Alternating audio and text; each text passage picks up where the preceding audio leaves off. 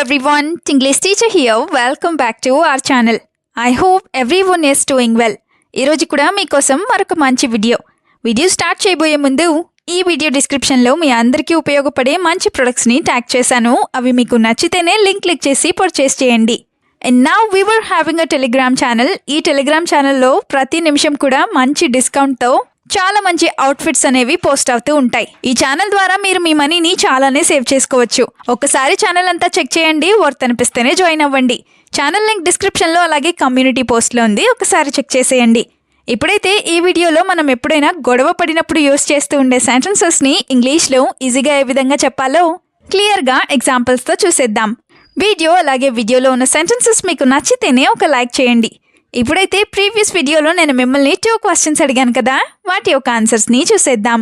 First one is జాపత్రిని మనం ఇంగ్లీష్లో mace అని చెప్తాం. Now the second question is ఇందులో మసాలా బాగా ఎక్కువగా ఉంది లేదా చాలా ఎక్కువైంది. ఈ సెంటెన్స్ని ఇంగ్లీష్లో it has a lot of spice in it ఈ విధంగా చెప్తాం.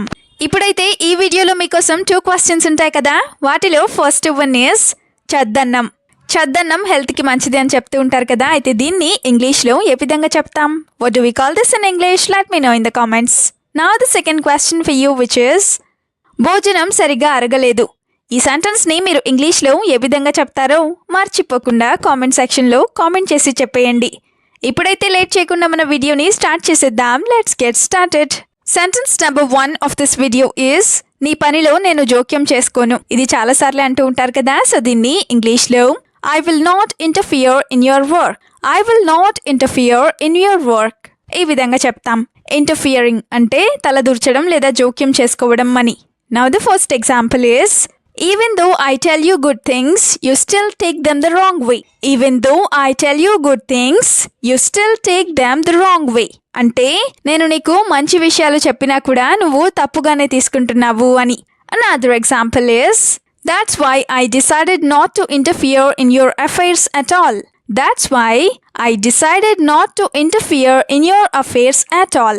అంటే అందుకే నీ విషయాల్లో అస్సలు జోక్యం చేసుకోకూడదని లేదా అస్సలు కలుగ చేసుకోకూడదని నేను నిర్ణయించుకున్నాను అని.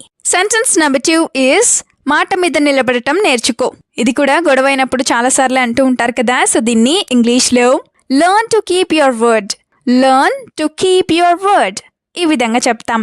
You learn to keep your word అంటే నువ్వు నీ మాట నిలబెట్టుకోవడం నేర్చుకో అని. Now the first example is you didn't keep a single word you said to me or you didn't keep a single word that you said to me. అంటే నువ్వు నాకు చెప్పిన మాటల్లో ఒక్క మాట కూడా నిలబెట్టుకోలేకపోయావు అని. Another example is if you don't keep your word you will lose respect or if you don't keep your word you will lose your respect. అంటే నువ్వు మాట నిలబెట్టుకోకపోతే నీ గౌరవాన్ని పోగొట్టుకుంటావు అని. సెంటెన్స్ నెంబర్ 3 ఈస్ ఇలాంటి మాటలు చాలానే విన్నాను. ఇలా కూడా అంటూ ఉంటారు కదా, సో దీన్ని ఇంగ్లీష్లో I have heard many such words. I have heard many such words ఈ విధంగా చెప్తాం. I have heard such words అంటే నేను ఇలాంటి మాటలు విన్నాను అని. Now the first example is you don't say anything that's true, you tell all lies. You don't say anything that's true, you tell all lies. అంటే నువ్వు నిజమైనది ఏది కూడా చెప్పవు, నువ్వు అన్ని అబద్ధాలు చెప్తావు అని. Another example is I have lost many things believing your words. I have lost many things believing your words. అంటే నీ మాటలు నమ్మి నేను చాలానే నష్టపోయాను లేదా చాలా విషయాల్లో నష్టపోయాను అని. సెంటెన్స్ నెంబర్ 4 ఈజ్ అన్నీ తెలిసి కూడా నటించకు. ఇలా కూడా అంటూనే ఉంటారు కదా, సో దీన్ని ఇంగ్లీష్లో don't act even after you know everything. Don't act even after you know everything ఈ విధంగా చెప్తాం.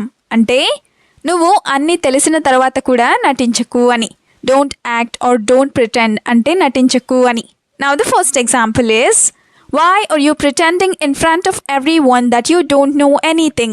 Why are you pretending in front of everyone that you don't know anything? అంటే నీకు ఏమీ తెలియనట్లుగా నువ్వు అందరి ముందు ఎందుకు నటిస్తున్నావు అని. in front of everyone అంటే అందరి ముందు అని. Another example is if you don't stop doing all these things you will be very sad. If you don't stop doing all these things you will be very sad. అంటే నువ్వు గనక ఇవన్నీ చేయడం లేదా ఈ పనులన్నీ చేయడం ఆపకపోయినట్లయితే నువ్వు చాలా బాధపడతావు అని. సెంటెన్స్ నెంబర్ 5 ఈస్ ఏమీ చెప్పకుండా ఎలా తెలుస్తుంది. ఇలా కూడా అంటూ ఉంటారు కదా. సో దీన్ని ఇంగ్లీష్లో how will I know without you telling me. How will I know without you telling me. ఈ విధంగా అడుగుతాం. అంటే నువ్వు చెప్పకుండా నాకెలా తెలుస్తుంది అని. ఇప్పుడైతే ఫస్ట్ ఎగ్జాంపుల్ని చూద్దాం. What can I do if you don't speak a word to me.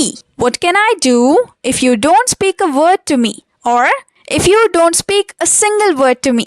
అంటే నువ్వు నాతో ఒక్క మాట కూడా మాట్లాడకపోతే నేను ఏం చేయగలను అని. Another example is I felt it was unnecessary to talk to you, so I didn't speak. I felt it was unnecessary to talk to you, so I didn't speak. అంటే నీతో మాట్లాడటం అనవసరమని నాకు అనిపించింది లేదా నేను అనుకున్నాను, అందుకే నేను మాట్లాడలేదు అని. సెంటెన్స్ నెంబర్ 6 ఈస్ ఏది ఏమైనా నీతో మాట్లాడను. ఇలా కూడా అంటూ ఉంటారు కదా. సో దీన్ని ఇంగ్లీష్లో I won't talk to you anyway or anyway I don't or anyway I won't talk to you. ఈ విధంగా చెప్తాం. Anyway or no matter what అంటే ఏది ఏమైనా సరే అని. Now the first example is I have been hurt by you so many times that I will never talk to you again in my life. I have been hurt by you so many times that I will never talk to you again in my life. అంటే నేను నీ వల్ల చాలాసార్లు బాధపడ్డాను, అందుకే నేను నీతో జీవితంలో మళ్ళీ ఇంకొకసారి మాట్లాడను అని. Another example is everything you do is meaningless. Everything you do is meaningless. అంటే నువ్వు అన్ని అర్థం లేని పనులే చేస్తావు అని. నెక్స్ట్ సెంటెన్స్ ఈస్ గొడవ మొదలు పెట్టింది నువ్వే.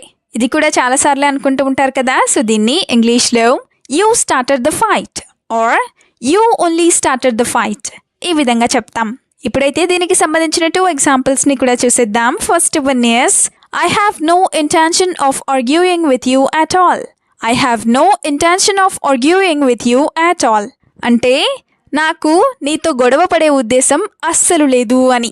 ఇంటెన్షన్ ఆఫ్ ఆర్గ్యూయింగ్ అంటే గొడవ పడే ఉద్దేశం అని. Now the second example is I am very silent but you provoked me. I am very silent but you provoked me. అంటే నేను చాలా సైలెంట్గా లేదా చాలా మౌనంగానే ఉన్నాను, కానీ నువ్వే నన్ను రెచ్చగొట్టావు అని. ప్రొవోకింగ్ సమ్వన్ అంటే ఎవరినైనా రెచ్చగొట్టడం అని. Now the last sentence is గొడవ పడటం ఇష్టం లేక వెళ్ళిపోయాను. ఇది కూడా అంటూనే ఉంటారు కదా. సో దీన్ని ఇంగ్లీష్లో I left because I didn't want to fight or I left because I didn't want to fight. ఈ విధంగా చెప్తాం. ఐ లెఫ్ట్ అంటే నేను వెళ్ళిపోయాను అని. Now the first example is there is no point in fighting over every little thing.